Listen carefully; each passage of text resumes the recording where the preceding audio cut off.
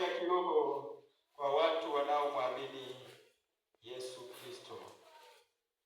Katika somo hili nimeanza kwa kuona nini maana ya vita.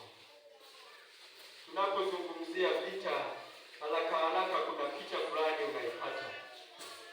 Haleluya. Kwa ufupi, vita ni ukosefu wa nini? Wa amani. Penye vita hakuna amani. Lakini pia kibiblia vita ina maana yake kubwa sana.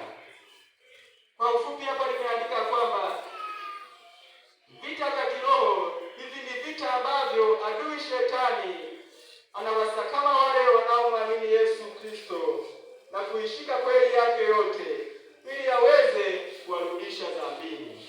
Kwa vita baina yetu na adui shetani.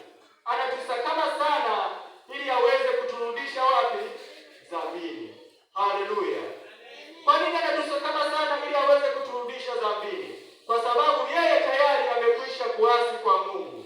Ni akafukuzwa kutoka katika utukufu wa Mungu. Kwa hiyo anatamani na sisi Mungu atufukuze patakatifu pake. Mungu atuondoe kwenye neema hii tunayoipata. Ndiyo maana anafanya vita kila siku kuhakikisha kwamba hakuna hata mmoja anayeweza kuingia mbinguni. Kwa hiyo tupo katika vita. Na vita anayoifanya adui shetani ni kuhakikisha kwamba anaturudisha dhambini. Lakini kwa jina la Yesu usirudi. Kwa jina la Yesu usirudi. Haleluya. Haleluya. Haleluya. Katika vita hii adui shetani anatumia akili yako mwenyewe na mawakala wake ili aweze kushindana na wewe, ili aweze kukupiga. Adui anachokitumia kama silaha kubwa ni akili yako. Adui anachokitumia kama silaha kubwa ni mawakala. Kuna watu tunao lakini ni mawakala wa shetani. Kuna watu tunaishi nao lakini ni mawakala wa shetani. Lakini pia na akili yako mwenyewe inaweza ikawa wakala wa shetani. Haleluya. Haleluya. Kuna mtu hajaelewa hapo. Hata nikupe mfano kidogo. Mfano, unajikuta umekaa umetulia, unaanza kusikia kama ajabu tunaweka msemo wake. Kama sio lazima utaelewa huko.